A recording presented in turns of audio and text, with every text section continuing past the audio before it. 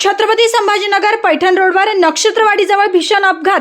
प्राप्त माहितीनुसार धुळे सोलापूर हायवेवरून पैठण रोडवर ट्रक उतरत होता। उतारावरून ट्रक खाली उतरत असताना ट्रकने 3 कार, 7 दुचाकी आणि 1 रिक्षा चिरडल्या।